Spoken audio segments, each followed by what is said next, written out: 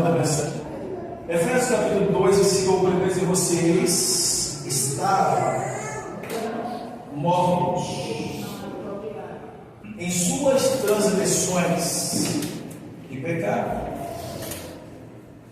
nos quais costumávamos viver quando seguiam a presente ordem deste século, e o príncipe do poder do ar, o Espírito que agora está atuando nos que vivem na desobediência. Anteriormente, todos nós também vivíamos entre eles, satisfazendo a vontade da nossa carne, seguindo seus desejos e pensamentos. Como os outros, éramos por natureza merecedores da ira. Todavia, Deus, que é rico em misericórdia, pelo grande amor com que nos amou, deu-nos vida com Cristo, quando ainda estávamos mortos em transgressões. Pela graça vocês são salvos. Deus nos ressuscitou com Cristo e com Ele nos fez assentar nos lugares celestiais em Cristo Jesus, para mostrar às eras que é onde vive a incomparável riqueza da sua graça, demonstrando a sua bondade para conosco em Cristo Jesus, pois vocês são salvos pela graça, o favor merecido por meio da fé. Isso não vem de nós ou de vocês, é dom ou presente, dádiva de Deus, não por obras, para que ninguém se glorie, porque somos criação de Deus, realizada em Cristo Jesus, para fazermos boas obras, as quais Deus preparou antes para nós as praticarmos. Eu não quero perder a minha raciocínio nesta noite do que eu estou ensinando na escola bíblica dominical. Não precisamos termos muito conhecimento logo no início da nossa fé. Quando entregamos a vida a Jesus, o próprio Espírito Santo ele coloca um desejo no nosso coração de não pecar. E aí nós começamos a sermos impulsionados pelo Espírito Santo a endireitar as nossas veredas, consertar os nossos caminhos, abandonando tudo aquilo que não agrada a Deus. Se você fazer uma análise aí agora, fazer uma busca da sua própria mente, vai ver que quando você entregou a vida a Jesus, não precisou conhecimento bíblico, ou não tinha conhecimento bíblico, o próprio Espírito colocou um desejo de nosso coração para nós se santificarmos. E tudo aquilo que nós tínhamos a oportunidade de se envolver, se fosse jejum, se fosse oração, se fosse vigia, se fosse buscarmos a Deus durante a madrugada, estávamos envolvidos porque Ele já tinha despertado em nós, por intermédio do Espírito Santo, o desejo de estarmos envolvidos com o Rio do Espírito. Mas eu gostaria que nós despertássemos nesta noite, a ponto de estarmos vigilantes. Qual é a conduta que Deus quer que nós vivemos? Ou seja, o que nós temos que fazer para andarmos na sua presença? Para que essa presença de Deus não se afaste do meio de nós. Observe que depois de alguns conselhos, naquilo da semana passada, alguns se levantaram, se posicionaram, Deus se alegra. Mas aí nesse momento também é um despertar, onde cada um começa a analisar a sua vida diante de Deus. E aí começa a desejar de novo voltar ao primeiro amor, a busca. E é necessário entendermos que nós não podemos vacilar como igreja, porque a igreja não é onde nós nos reunimos, a alvenaria. A igreja somos nós. Ainda hoje, à tarde, eu falei com alguém: você tem o poder de sustentar alguém para de Deus se você tiver uma congregação? Não. Ou seja, quem nos planta em um lugar como igreja é Deus. Infelizmente, nos dias de hoje, tem muitas pessoas sendo infiltradas por fermentações, com palavras persuasivas, e as pessoas ficam balanceadas a ponto de esquecer quem o plantou como igreja naquele lugar, quem o levantou como igreja naquele lugar, e por decisões próprias, às vezes, querem sair. Eu estou pregando para crente, amém? Amém. Entendeu a mensagem? É necessário ter humildade. Eu não vou nem dizer para nós, é para Deus. Observe o que o apóstolo Paulo falou nessa carta. Nós estávamos mortos em delitos e pecado, transgressões, e Deus nos deu vida.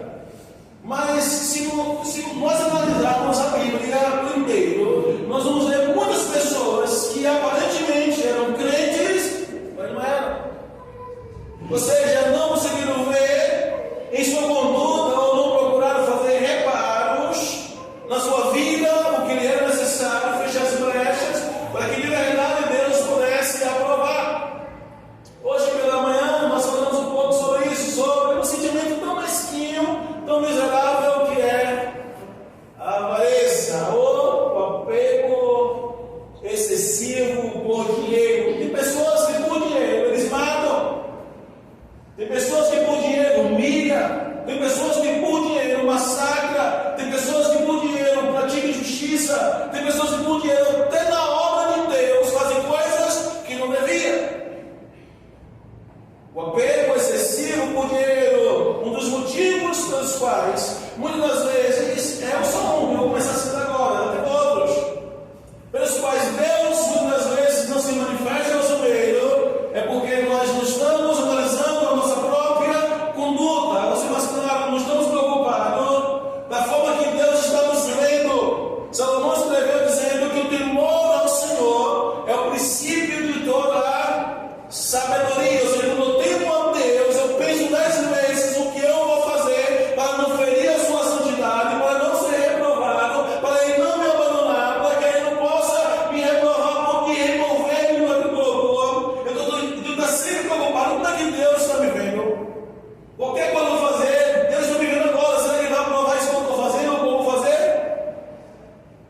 Nós vamos ver alguns personagens bíblicos que aparentemente eram crentes, mas na hora de provar o caráter não era. Hoje pela manhã eu comecei no capítulo número 19 de Mateus, a parábola do jovem rico. Na parábola do jovem rico, esse homem chega perto de Jesus e pergunta: bom, mas o que eu vou fazer para entrar na vida eterna? Jesus pergunta para ele: quem você disse que é bom? Só, que é Deus. Você fica observando os mandamentos, mas eu tenho observado os mandamentos desde a minha mocidade, da minha juventude. Jesus fala: não matarás, não roubarás, não darás falso testemunho. Ele fala: tudo isso é observado desde a minha mocidade. Aí Jesus olha para aquele jovem e diz: se tu queres ser perfeito, vende tudo que tem, reparte aos pobres, e depois vem, siga-me. A tradução João Ferreira de Almeida vai dizer que ele se entristeceu, deu as costas para Jesus e foi embora. O apego excessivo pelos bens viu aquele jovem, ele não seguisse a Jesus. Eu costumo dizer que Deus não quer tirar nada de ninguém, materialmente falando, pelo contrário, Deus quer dar. Mas se aquele bem for estar em primeiro lugar, assumido no lugar de Deus, é por isso que muitas pessoas não podem prosperar, porque se Deus dá riqueza, vai desviar. Não vai ter tempo para Deus, vai dar as costas para Deus. E o que Deus queria na vida daquele jovem é que ele se desapegasse e aponte a Deus como prioridade. Ele não teve a coragem, a humildade de reconhecer o seu apego, pedir para Deus fazer com que ele desprendesse disso e o servisse e seguisse a pessoa de Jesus. Às vezes falta um pouco de humildade das pessoas diante de algumas situações, assumir de Deus e reconhecer que o maior bem que ele pode possuir é Deus, é a presença de Deus, é o chamado de Deus, é a obra de Deus, é o reino de Deus. Eu costumo dizer para Deus: Deus, não adianta ter carro, não adianta ter dinheiro, não adianta ser reconhecido ou assumir posições graduadas pela sociedade sem ter a tua presença. Para quem sente a presença de Deus, sabe que não existe nenhum outro bem maior. Você pode receber milhões, mas não vai lhe trazer felicidade também, talvez sua alegria momentânea. Mas a verdadeira felicidade só encontramos em Deus, em Sua presença. Só que existe um preço a ser pago.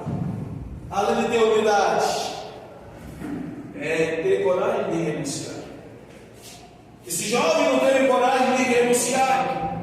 E eu quero deixar em ênfase aqui que ele parecia ser servo, ele parecia ser crente, mas na hora do aperto, na hora da prova, na hora do teste, o que ele fez? Jesus falou: obedece os mandamentos. Não faça isso, não faça isso, não faça isso. Não, observe isso dentro da minha mocidade. Tá bom, quer ser perfeito? Tem tudo rebaixo, depois vem. Siga. O que ele fez? Vai Jesus. Qualquer um de nós, se tivéssemos a oportunidade de se encontrar com aquele jovem e olhássemos o comportamento dele e a aparência da obediência para os mandamentos, iríamos dizer: além de servo de Deus. Tiago capítulo 1, versículo 12, a Bíblia diz: bem-aventurado o varão, o homem, encaixa mulher também, que suporta a aprovação, porque depois que vem a aprovação, ele vai ser aprovado, se suportar, se permanecer, ele vai receber a coroa que o Senhor preparou. Apocalipse 3,11 diz: guarda o que tens para que ninguém tomes a tua coroa. Ou seja, um dia Deus nos elegeu em Cristo. Quando entregamos a vida a Jesus, Deus está esperando e nós permaneçamos em conhecer o seu caminho e um dia se encontrar com Ele para viver com Ele na glória. Só que eu costumo dizer que é a única guerra que o soldado vai com vitória garantida antes de chegar ao fim. Ou seja, nós vamos para a batalha e vamos enfrentar a guerra, vamos enfrentar o inimigo, mas existe pela palavra a garantia que o nosso lugar já está lá. E quando eu falo que é necessário ter humildade, eu estou dizendo, eu tenho que ir diante de Deus e reconhecer os meus erros. Deus, eu estou errando aqui, falando que de errado, com o olhar, a visão, na vida eterna. Eu tenho que vencer todos os obstáculos, todos os pecados, todos os enganos, tudo aquilo que pode me fazer de Deus, entendendo que lá na frente a minha salvação está garantida. Nós temos a vitória garantida, mas temos uma batalha também a vencer. Que batalha é essa? É vencer tudo aquilo que não agrada a Deus. Esse homem, no momento do confronto, ele não mostrou que ele estava pronto para ser salvo. Quantas vezes nós vamos ver Jesus se encontrando com pessoas, você, como Levi, como Zaqueu e outros, me siga, eles vão seguir. Quando alguém tem um encontro de verdade com Jesus, eu não consigo entender como esse permanece vivendo uma vida de engano. Se você ler João capítulo 8, no versículo 12, Jesus falou assim: olha, aqueles, e disse Jesus, aqueles que me seguem não andam em trevas, mas terá a luz da vida. Quem diz que está seguindo Jesus e anda em engano, eles não estão com Jesus. Quem tem Jesus, que anda com Jesus, não vive em engano. Ainda hoje pela manhã me perguntaram o significado da palavra agora. Eu lembrei um texto de João capítulo 1, versículo 47, quando Jesus se encontra com Bartolomeu. Esse discípulo fala Natanael, o mesmo discípulo. Mas Jesus vai encontrar aquele homem, olha para eles: eis aí um verdadeiro israelita em quem não há dolo, ou seja, em quem não há engano. Eis aí um homem, um verdadeiro israelita em quem é sincero, que é verdadeiro. Imagine se nós tivéssemos o privilégio de ouvirmos isso de Jesus, falarmos com a gente de uma forma direta, pessoalmente. Que privilégio Jesus olhasse para mim ou para um de vocês, de uma forma direta. Ali é um homem verdadeiro, ali é um homem sincero, não é sincero, não sabe de verdade, não há engano na sua índole e no seu caráter. Aquele homem ficou pasmo quando ouviu Jesus falar isso, perguntou: de onde me conheces? Jesus falou para ele: eu vim aqui, eu tive debaixo da videira. Vocês vão falar da figueira, ou debaixo de uma árvore. Que pena que a Bíblia não narra o que foi que Jesus viu ele lá fazendo, ou orando, ou falando, sei lá, ou praticando, sei que Jesus viu e isso impactou ele de alguma forma, e a Bíblia não fala o que foi que Jesus viu ele fazendo debaixo daquela árvore. Mas quando Jesus falou isso, o impacto foi tão grande que ele respondeu: tu és o Cristo, ou seja, o enviado, no grego, o ungido. Quando falou isso, Jesus para ele assim e falou: sabe o que eu te disse, tu crês? De hoje em diante tu verás os anjos subindo e descendo sobre o Filho do Homem. Você pode analisar que Deus, para se revelar às pessoas, Deus tem que no mínimo ver a humildade, reconhecer as suas fragilidades, a sua dependência, a sua miserabilidade, para que ele se revele. Você não vai encontrar na Bíblia Deus se revelando de uma forma íntima, com pessoas vivendo uma vida de engano. Esse ministério aqui foi chamado para ser diferente, ainda que com muitas críticas. E ser criticado, meu irmão, como cristão, talvez você entenda, ser criticado como cristão é uma honra. Jesus falou assim: quando todos aqueles que passam por você, ele ia aplaudir, bem dizer, maldito és tu.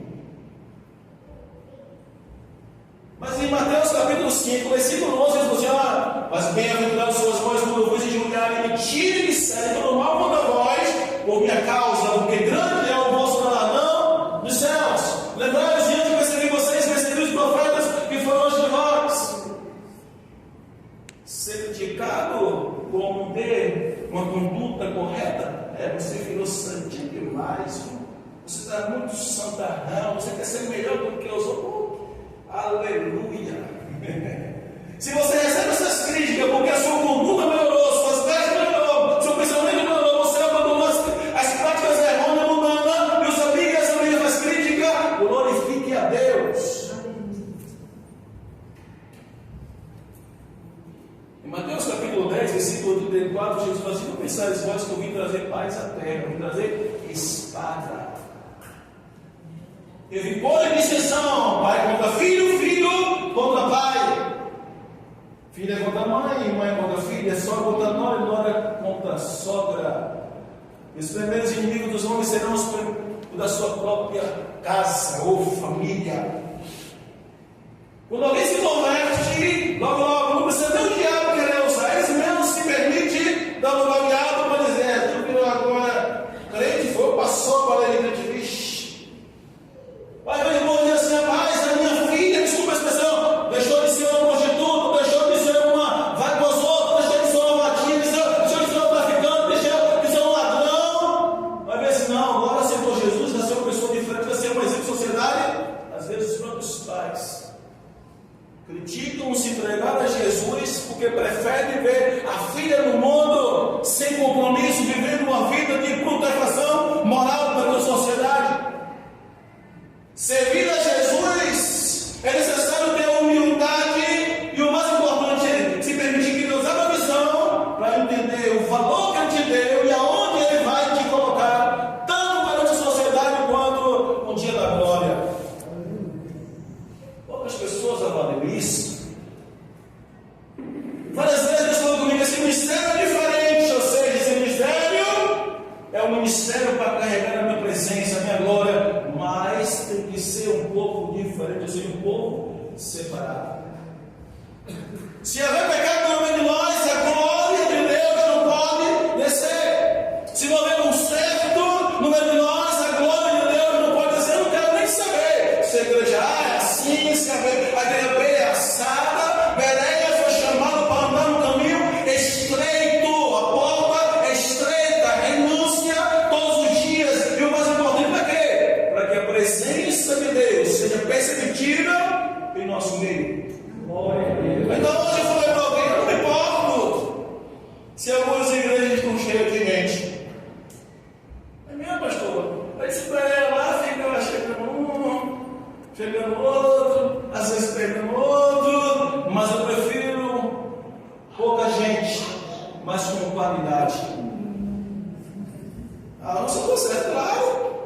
Porque a igreja não é como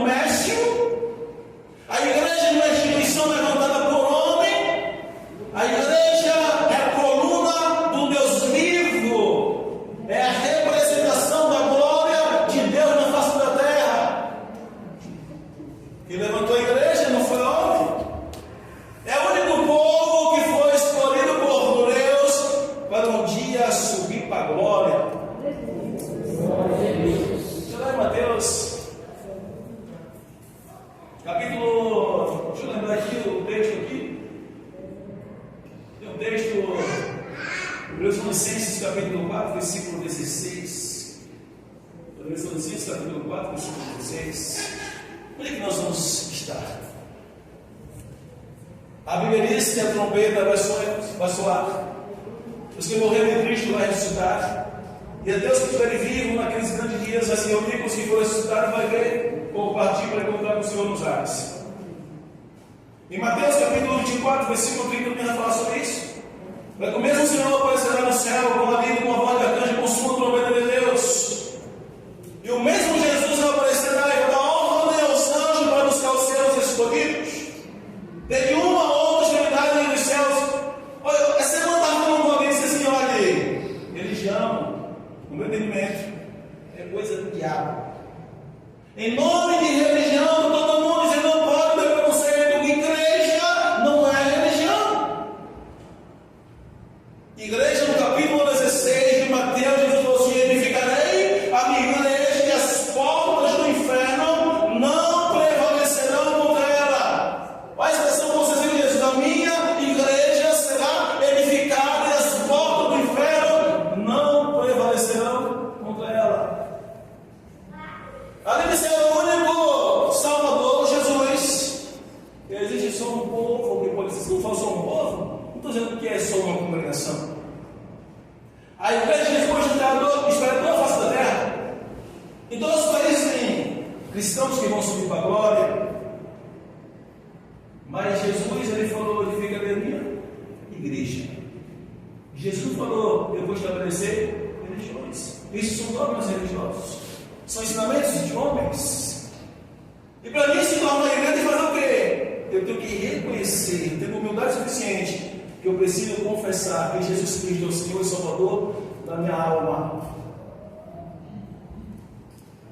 Todas as pessoas na face da terra vão ter que confessar, mesmo que não seja aqui na terra. Segundo Filipenses capítulo 2, a partir do versículo 6, diz que vai ter que confessar e vai ter que dobrar o joelho um dia perante Jesus. Não fala perante o padre, não fala perante o pastor, não fala perante o missionário, não fala perante Buda, não fala perante Maria Carvalho Quebrada, não fala perante o Palmeiras de Manhã, não fala diante de Xangô, não fala.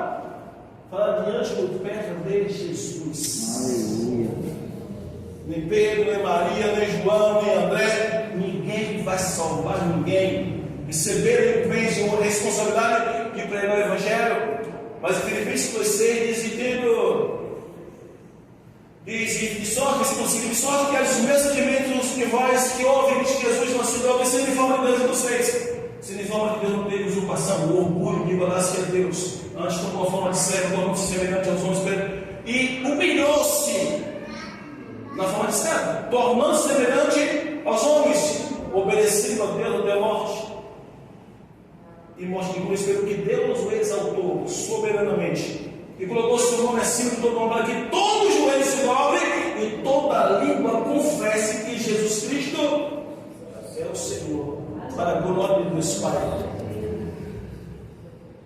Ou seja, Romanos capítulo 15, no versículo 4, a Bíblia diz assim de forma clara: que tudo que antes foi escrito para o nosso ensino foi escrito para que pela paciência e consolações das Escrituras tenhamos esperança de Deus. Imagine só, Deus separou 40 homens diferentes, de lugares diferentes, no espaço de 1500 anos para organizar a Bíblia. Depois levantou pessoas especialistas, chamaram pessoas que recebem o nome de erudito, pessoas capazes, totalmente honestas, inspiradas por Deus, para separar esses livros, dando o nome de canon, passou pelo canon. Esses livros são inspirados por Deus, esses são espirituais e esses são apócrifos. Separou esses livros para nos inspirar e ver que existe um Deus vivo que, por intermédio de Jesus Cristo, Ele quer salvar toda a humanidade. E nós chegamos no dia de hoje, como diz o povo, no século XXI, tendo acesso à Bíblia Sagrada e não queremos atentarmos à nossa salvação. A Bíblia não dá nome de mais ninguém na face da terra, nem para seguirmos como líder religioso. Mais ninguém como Salvador. mais ninguém que vai levar no mesmo céu. Jesus, ele dá uma pregação dura, capítulo 6 do Evangelho de João, a partir do versículo 67. No versículo 66, quem vai ouvir esse discurso? No versículo 67, muitos cantavam nas coelhas e não estavam nas coelhas. Jesus vai para vocês.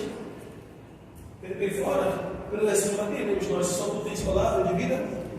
Tem que dizer com isso, eu não encontrei outro que promete vida eterna. Se eu tivesse segunda promessa de vida eterna, tem um, né? Seguidoísmo, titoísmo, catolicismo, qualquer outra religião oferecesse salvação, ou pregasse somente um Salvador, podemos separar.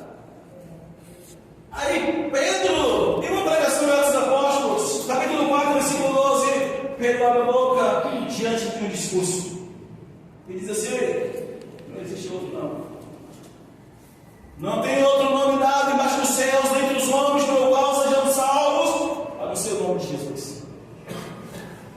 Pedro diz: põe a sua esperança somente em Jesus. Quem é que vai voltar? Quem morreu na cruz?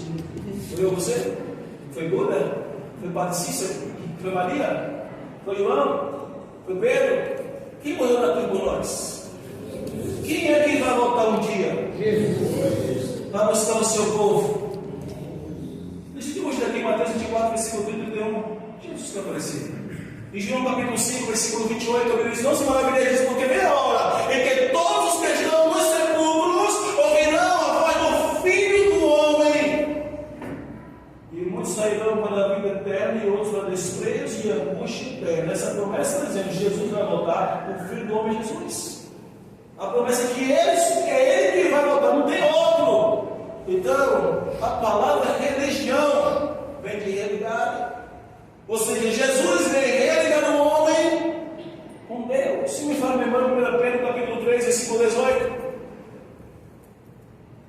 Revela o propósito pelo qual Jesus morreu na cruz. O texto diz assim: pois todos nós sabemos que Cristo padeceu pelos nossos pecados, a fim de nos conduzir para Deus, mortificado na verdade da carne, mas vivificado pelo Espírito. Qual é o propósito? Nos conduzir para Deus. 2 Coríntios capítulo 5, versículo 18, a Bíblia diz assim, de forma clara: pois Deus estava em Cristo, reconciliando consigo mesmo o mundo. Mas o quê? Reconciliando consigo mesmo o mundo. Não falou com Maria, não falou com Yansan, não falou com Xangu. Nomes dados no sincretismo, né? De algumas religiões. Tem alguns que acreditam nessas entidades, mas a pergunta: eles oferecem eterno? Eles que vão voltar para buscar alguém que o aceitou como para segui-los? Não, só existe um Salvador. Jesus, na salvação sacerdotal, no capítulo 17 do Evangelho de João, se não for o versículo 3, versículo 5, ele fala: esta é a vontade de Deus, que conheçam a ti como único Deus e a Jesus Cristo a quem tu enviaste. Quando Jesus manda batizar ou fazer discípulos, em Mateus capítulo 28, no versículo número 20, depois que ele diz que o vai me dar todo o poder no céu e na terra, ele fala: portanto, ide e fazer discípulos, batizando-os em nome do Pai, do Filho e do Espírito. Ou seja, mostra só 3 pessoas que nós damos o nome ou conotamos com o nome de Trindade. Os 3 são únicos. As demais religiões que apresentam nomes são antibíblicos. E tudo que é antibíblico não é confiável para a salvação. Vou voltar para o meu raciocínio da pregação. Quem lembra uma mensagem? É necessário termos humildade de enxergar o que a Bíblia fala a respeito do Salvador. Quem é o único Salvador? Que é o único que vai voltar. Então eu tenho que descartar qualquer outro. O próprio Jesus fala isso em João capítulo 14, versículo 6. Eu sou o caminho. Interessante que tem um pouquinho de estudo. Eu não tenho muito estudo, mas quem tem um pouquinho de estudo sabe o que significa assim: eu sou o caminho singular. Eu sou a verdade absoluta, não existe outra verdade. Eu sou a vida, não tem outro. E o mais interessante é que usa a expressão ninguém vem, não fala ninguém vai. Ninguém vem ao Pai a não ser. Aonde é na Bíblia diz siga tal religião, siga Buda, siga tal fundador, você salve. A Bíblia diz em Apocalipse capítulo número 22 que qualquer pessoa que acrescentar qualquer coisa que está fora desse livro, todas as maldições virão sobre ti. Uma pessoa que tem um temor a Deus não dá ensinamentos antibíblicos, porque tem um temor de Deus. Tem um temor a Deus. No Salmo 119, versículo 105, a Bíblia diz: lâmpadas para os meus pés, luz para o meu caminho, é a tua palavra, Senhor. A Bíblia é a palavra do Deus Todo-Poderoso. E se nós colocarmos, usarmos ela como livro de fé e prática, crendo que é a palavra de Deus, e não querer misturar com qualquer outro ensinamento, vamos ser bem sucedidos.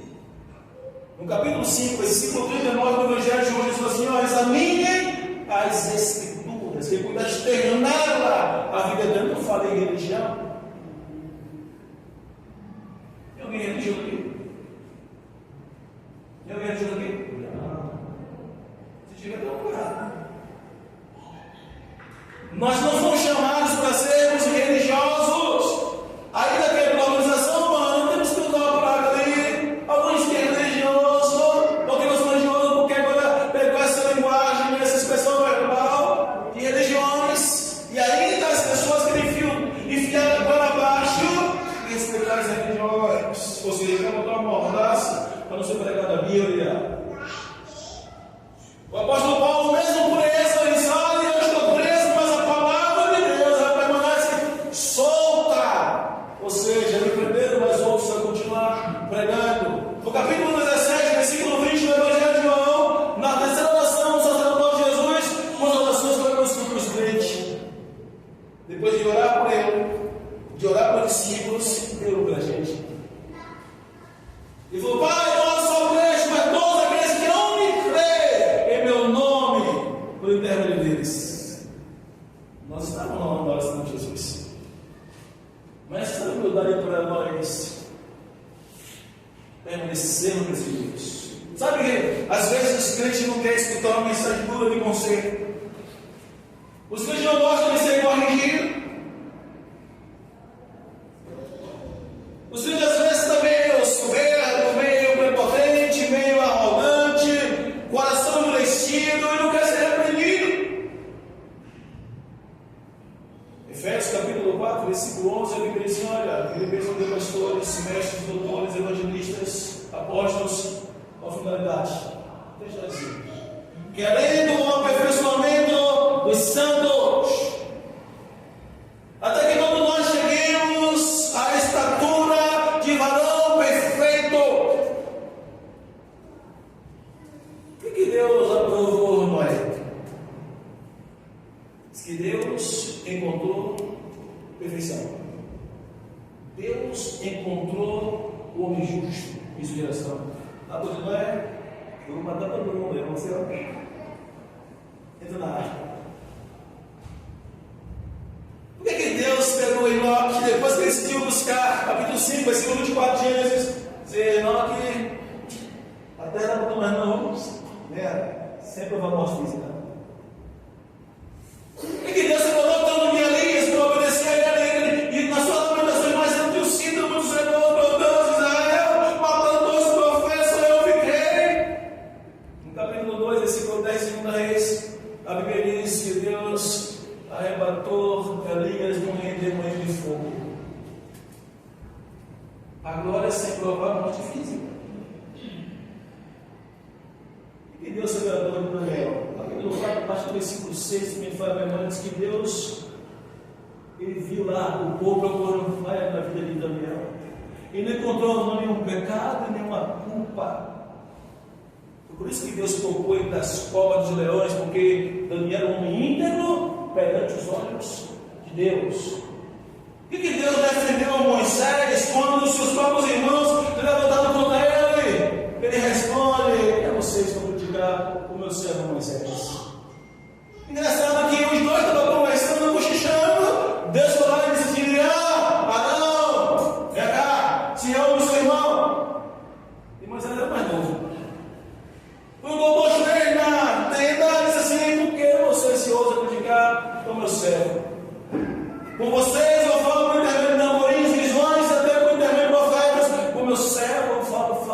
faz: quem é na congregação, fiel como você é Moisés, em toda a minha casa? Por que Deus não foi Moisés? Porque ele era fiel a Deus em toda a sua casa. Não tem nada de intimidade com oração. Oração é o meio pelo qual vamos aquecer nós estamos com Deus. Mas intimidade com Deus é fidelidade. Como é que eu digo: eu amo a Deus, eu vou pecar? Eu amo a Deus, vou desobedecer. Eu amo a Deus, me empolgo em sua presença, nós choramos e emocionamos, aleluia. E no outro dia, o que nós fazemos? Será que nós mudamos? Por que Deus derrama o sangue ou se faz derramar o meio? Nós aprendemos a amar a sua presença e mudarmos. Não é continuar pecando, não é continuar errando. Lembra a carta de João, capítulo 3, versículo 8, ele diz: aqueles que permanecem no pecado é do diabo. Primeira carta de João, capítulo 5, versículo 18, diz: aqueles que receberam a boa palavra de Deus não permanecem na prática do pecado.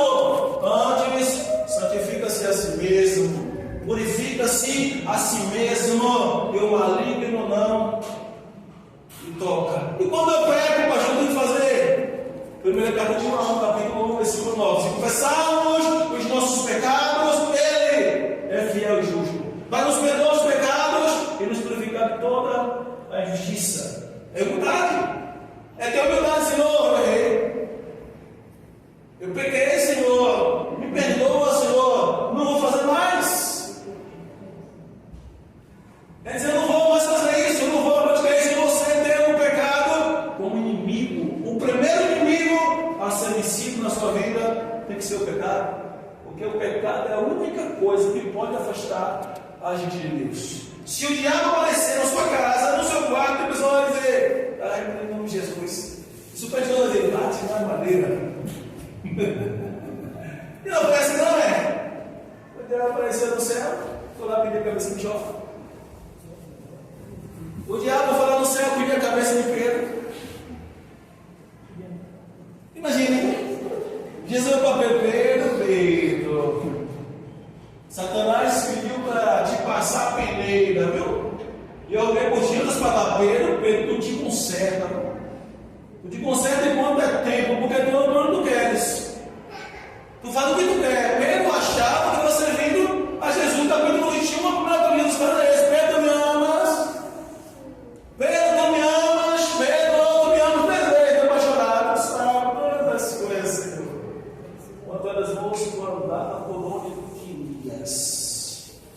Mas virão dias que tu estenderás tuas mãos e guiar-te-ão por onde você não queres. E o texto dizia a ele isto a respeito da morte, porque perdido é morrer. Sabe como? Crucificado. Olha que beleza, viu que é isso? Os corajosos aí. E foi crucificado, não morreu mais. Adquiriu estabilidade, firmeza.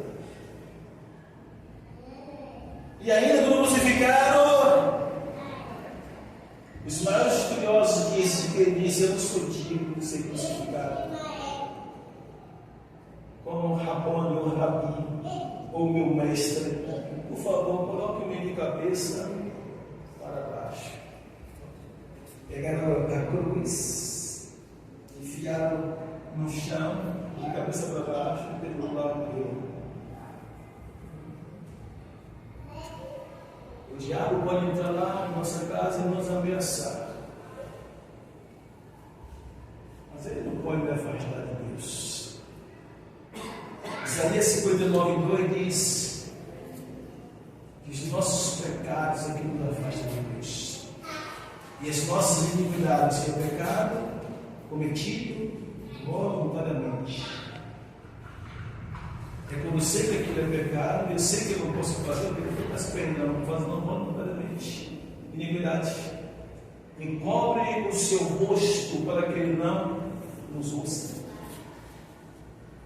O pecado é a única coisa que pode nos afastar de Deus. Eu falei do jovem rico. Parecia ser crente, né? Não era prova.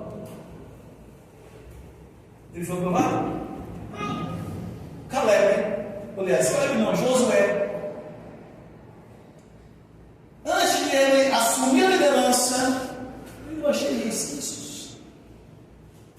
No livro de Números, capítulo 11, versículo 28, versículo 29, a Bíblia vai dizer que Deus manda Moisés separar 70 anciões para ajudar ele a carregar o fardo. Ela vai reunir essas 70 anciões na congregação. Não sei o porquê, o motivo, a Bíblia não fala. Só que foram 68. 12 ficaram fora.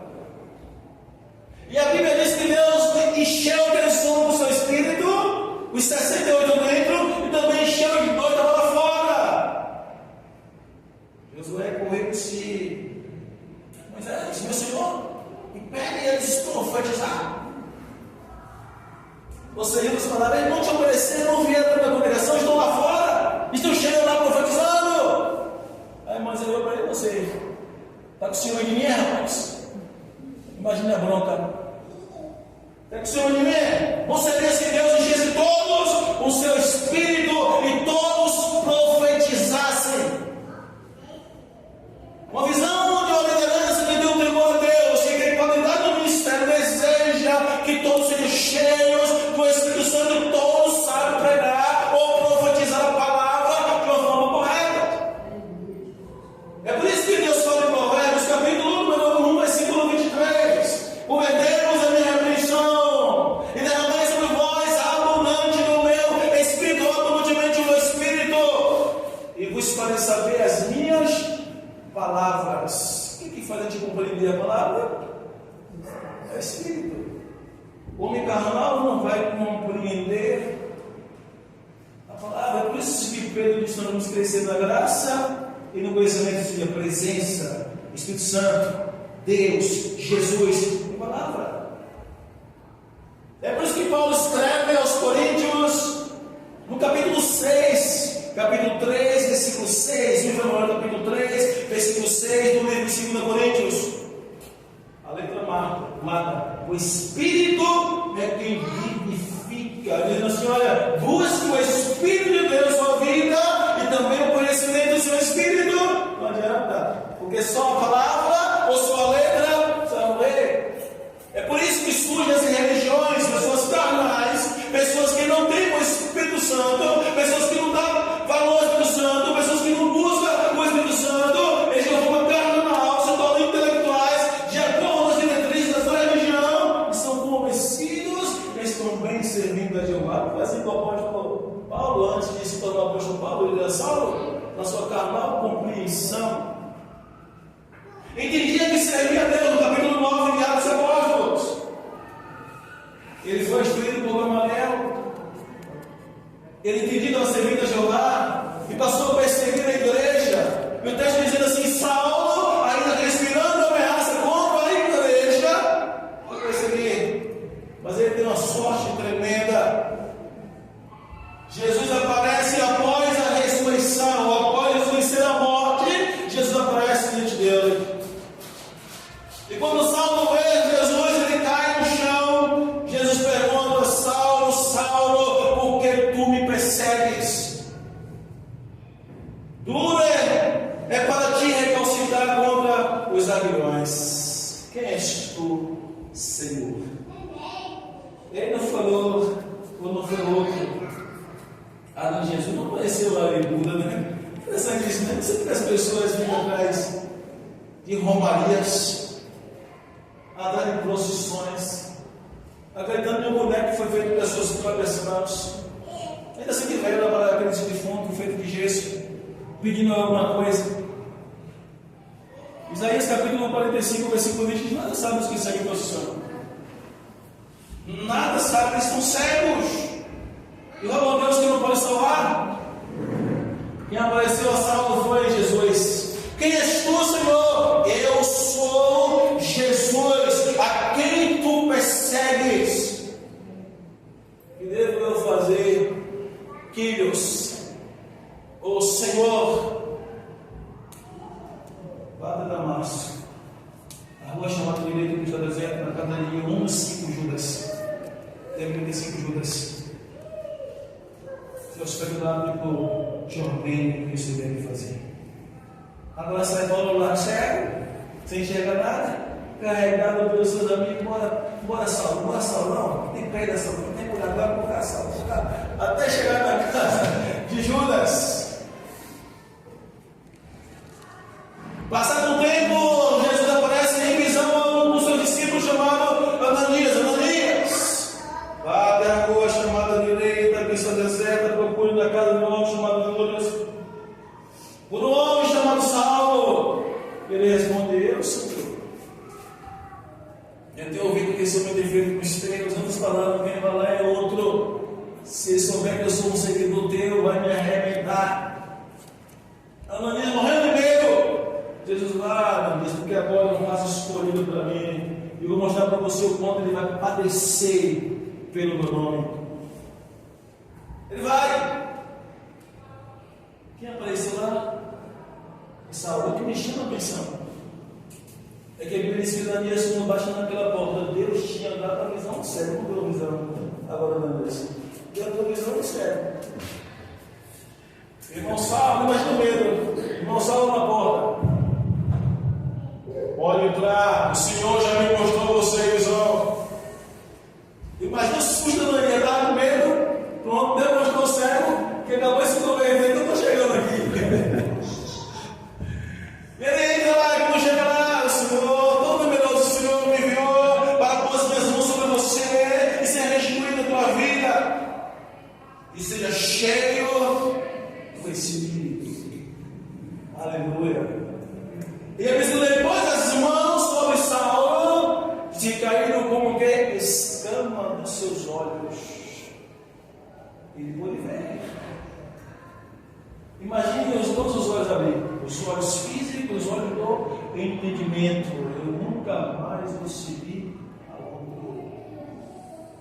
Se me fala a memória, versículo 20. Logo, ele começou a anunciar corajosamente que Jesus Cristo era o Filho de Deus. A ponto das pessoas dizem assim: quem é esse? Não é o Saulo que perseguia esse caminho?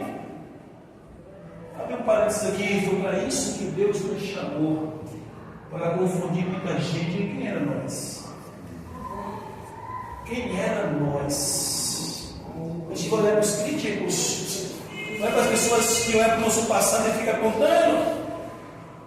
Deus é o Deus que perdoou o assassino. Que é isso? Deus é o Deus que perdoa mentirosos. Deus é o Deus que perdoa pessoas prostituídas.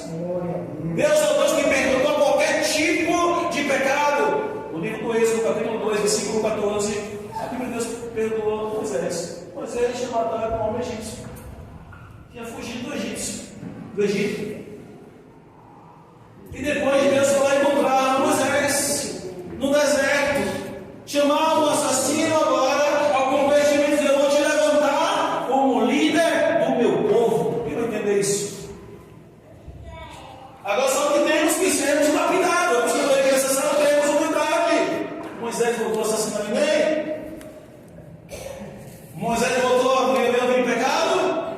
Não. O que Deus espera da gente? Reconhecer o amor que Ele revelou por intermédio do sacrifício do seu Filho, sermos gratos, viver uma vida de santidade.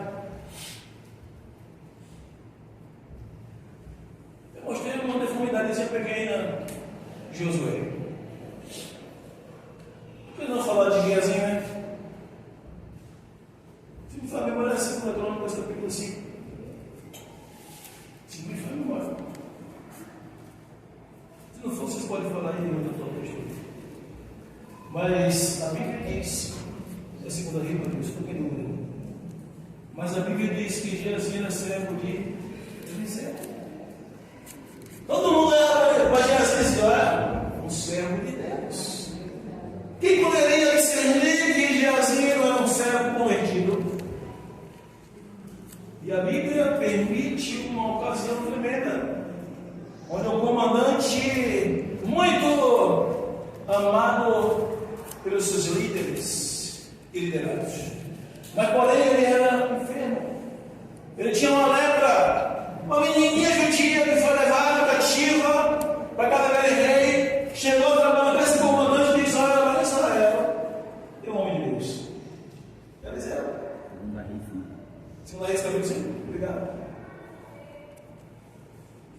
E tem, se o senhor for lá, ele vai demorar. Resumindo, eu não quero falar de Eliseu, eu quero falar de Jesus. Esse homem é levado para lá. Ele vai para lá. E quando chega lá, procura para Eliseu. Interessante que as pessoas que não vendem os dons que Deus dá, que não brigam com os dons que Deus dá. Quando chegou para esse de Eliseu, ele estava à procura dele. Deus falou para Eliseu: manda ele lá mergulhar no rio de Judá. Ele falou: eu vou mergulhar nesse rio sujo, sendo que lá tem 2 rios de água cristalina. Olha o orgulho, a prepotência, a falta de humildade. Eu vou mergulhar nesse rio sujo, sendo que lá onde eu moro tem 2 rios com águas cristalinas. E aí, quando os seus servos disseram: Senhor, se o profeta mandasse fazer uma coisa pior, se eu não faria para ficar livre dessa enfermidade, faria? Ele não, vai lá, obedece. E o mais interessante, Eliseu falou para ele: mande mergulhar com 7 vezes, não só não. É 7 mergulhos, não só. Imagina uma pessoa arrogante, prepotente, que não reconhece que precisa de Deus, que não quer obter humildade para alcançar um favor divino. Chega lá, eu mergulhar, eu sou depois 7 vezes. Ele começou a usar certo, no primeiro, segundo, terceiro, quarto, quinto, sétimo, talvez por gratidão ele se separar ouro e prata.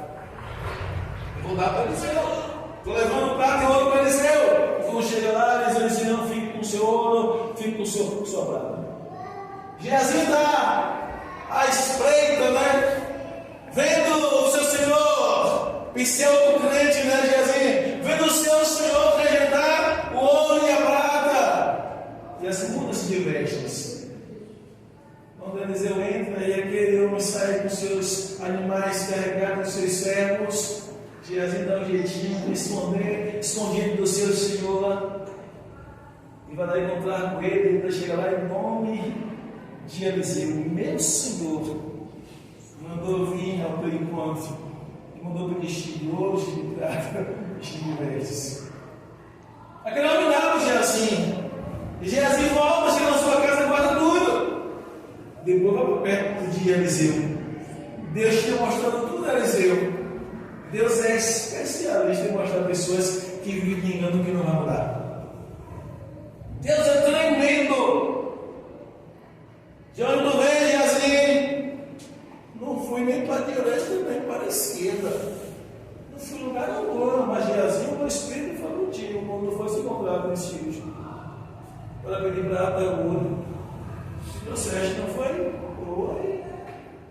Imagina a agressão dele. Agora lepra. Que estava naquele homem, ele vai virar para você. Ficou leproso na mesma hora e morreu leproso por causa da avareza, por causa da falta de humildade, por causa da ganância que ele se aproveitar. E o pior, em nome dos outros, mentindo. Mas quem olha assim para Geazi? Rapaz, discípulo de Eliseu, rapaz, é um sério de verdade. Não, se Eliseu daquela forma, né? O discípulo dele também é. Às vezes as pessoas se enganam, né? Eu já vi portas de emprego abrir em empresas por causa do caráter de alguns pastores que dizem: não, isso não, traga seu governo para cá, eu vou mudar. E um sem vergonha, não vou falar o nome, não posso, foi roubar lá dentro. O pastor foi chamado para ter essa imagem, né, ou má informação para o cidadão daquele, sujando o nome do ministério, sendo ingrato a porta pelo empregador para empregar vários membros do seu ministério. Ou vergonha, pastor, não? Geazi era assim, chega aqui, mano, querendo levar proveito em tudo e ainda escondendo o seu Senhor. Nunca se convictou, mas quem conhece o assim? Quem lembra o tempo? Jesus tem humildade? Estou pegando para grande, amém?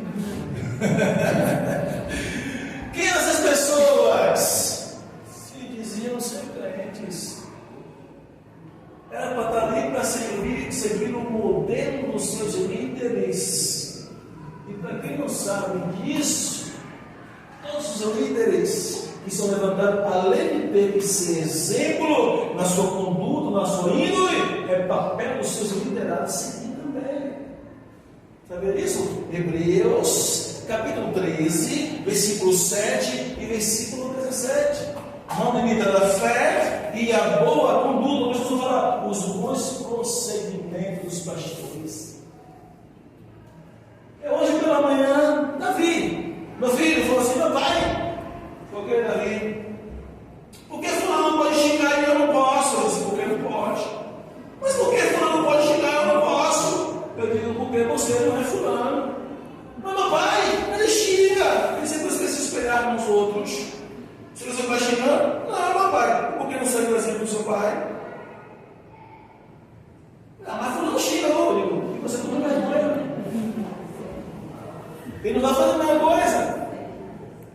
E quantos talvez não são assim, né? Quer seguir um mau exemplo dos outros, vai ver que seguir um bom exemplo do seu pastor. O próprio apóstolo Paulo, assim: eu sei os meus imitadores como eu sou. Quem sou eu para me comparar ao apóstolo Paulo, Jesus? Ah, não, mas na igreja aí o seu pastor faz isso. A gente tem que fazer aqui também. É bíblico? Não, é fora. Na igreja vermelha tem um jeitinho de atrair pessoa, é o quê? Dançar um chachate, um forró, um funk. Aqui não. Porque José, quando foi lá para o Egito, não imitou as coisas do Egito para ser um grande exemplo.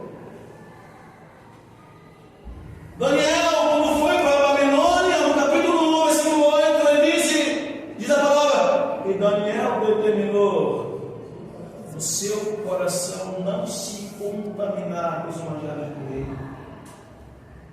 Foi exemplo lá na Babilônia. Jeremias diz e fala mais: porque eu estou imitando o mundo com a intenção de atrair jovem, é porque eu estou cheio do mundo em mim. Romanos, não, você dá o texto aqui. A Bíblia deixa bem claro que nós não podemos se imitar o mundo. Em João capítulo 5, capítulo 2, versículo 15. Não é o mesmo mundo, não queriam mudar. O que é no mundo, a obsessão dos olhos, o obsessão da carne, o escolher da vida. Essas coisas no nome do Pai. E o amor do Pai não está dentro. Se nós amarmos o mundo ou queremos imitarmos o mundo, nós somos mundanos.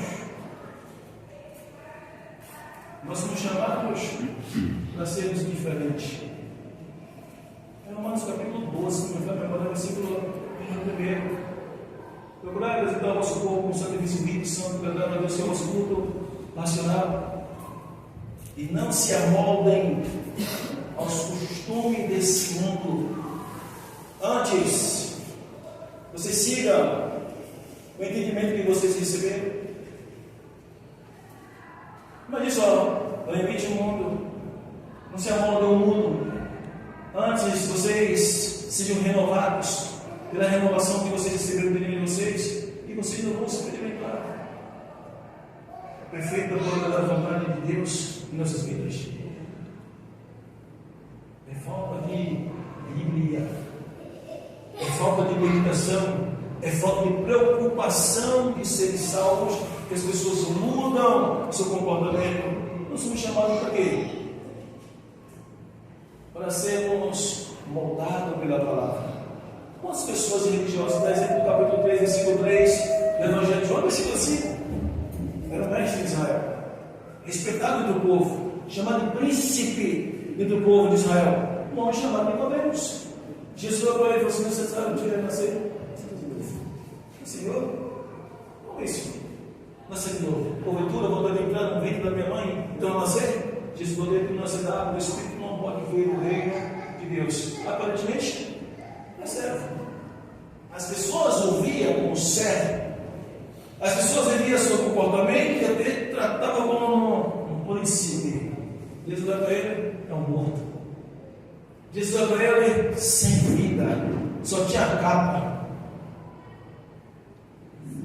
O que ele foi fazer? Eu vou ter com Jesus, vou te escondido, porque eu preciso descobrir essa vida. com medo de ser descoberto pelo povo, Nicodemos ia durante a noite, escondido para ser descoberto pelos príncipes de Israel. Eu vou ter com Jesus. Mas que nada, Nicodemos dizia o quê? Ali vai um grande servo de Deus. Jesus falou que é pelos frutos que nós conhecemos as árvores.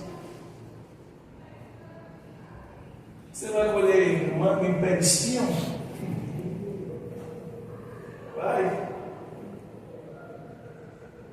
Ou melancia no pelo laranja? Nós estamos vivendo hoje uma era onde as pessoas não estão fazendo um exercício da sua própria inteligência. Eu costumo dizer, Maria vai com as outras, nariz de cera. Qualquer um movimentozinho, eu vou também. Qualquer um movimentozinho, eu vou também. Enquanto a Bíblia diz, não fiz como mais por coisa alguma, quer por palavras, quer por epístola, quer por espírito. Muitos vão ouvir o nome e dizer, ei, não ali, não saia do lugar. Eu aqui, não se mova, porque se possível for enganado até mesmo os escolhidos. Nós não fomos chamados como igreja para ajudar também em movimentos e novidades. Romanos capítulo 6 diz que nós somos chamados para sermos novidades. Não corremos atrás de novidades, ser novidades de vida. Quantas pessoas aparentavam estar convertidos? Capítulo 19 de Lucas, que eu vou ler. O horário já foi. Vou resumir rapidinho. Um homem ouviu falar que Jesus ia passar por ali. Ele teve uma brilhante ideia. Vou subir uma árvore. Eu costumo brincar com Pedro, dizer que isso aqui é da altura de Pedro. Diz que era um homem pequeno, estatura. E eu ouvi falar que Jesus ia passar por ali, ele, imagine, eu no meio da multidão.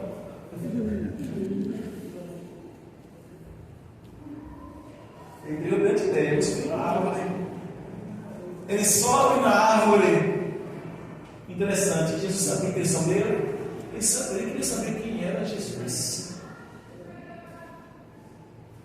Jesus, quando vai passando, Jesus vai logo para quem? E logo para onde? Bacana? Lá em cima da árvore. Desce depressa, rapaz. Convém me repousar em sua casa hoje. Rapaz, disse que ele desceu depressa mesmo. A sorte que as pessoas pequenininhas têm uma habilidadezinha, né? Se fosse um gordinho, desculpa as pessoas, não consigo não. Uma pessoa grande, ia te explicar de cima, né? Desceu rapidinho. E quando Jesus chegou na sua casa, a primeira coisa que ele fez foi ter humildade. Disse, Senhor, se eu tenho roubado aqui, eu vou restituir. Sem precisar Jesus dizer uma palavra. Jesus olhou para Zaqueu e disse, hoje é chegada a salvação nessa casa. Porque esse também é filho de Abraão. E eu vim para buscar e salvar todo aquele que se havia perdido. É necessário ter humildade e reconhecer os nossos erros diante de Deus, pedir perdão de Deus, eu não vou fazer mais. Provérbios 28, versículo 13, a Bíblia diz, aqueles que escondem suas transgressões é quebra princípio, é pecado, nunca prosperará. Mas aqueles que confessam e abandonam alcançarão misericórdia. Ele te chamou para ser diferente, para você carregar a sua presença, para você sentir a sua presença, para você se envolver em sua presença. Mas é necessário humildade. Conheça os seus líderes, confesse e abandone.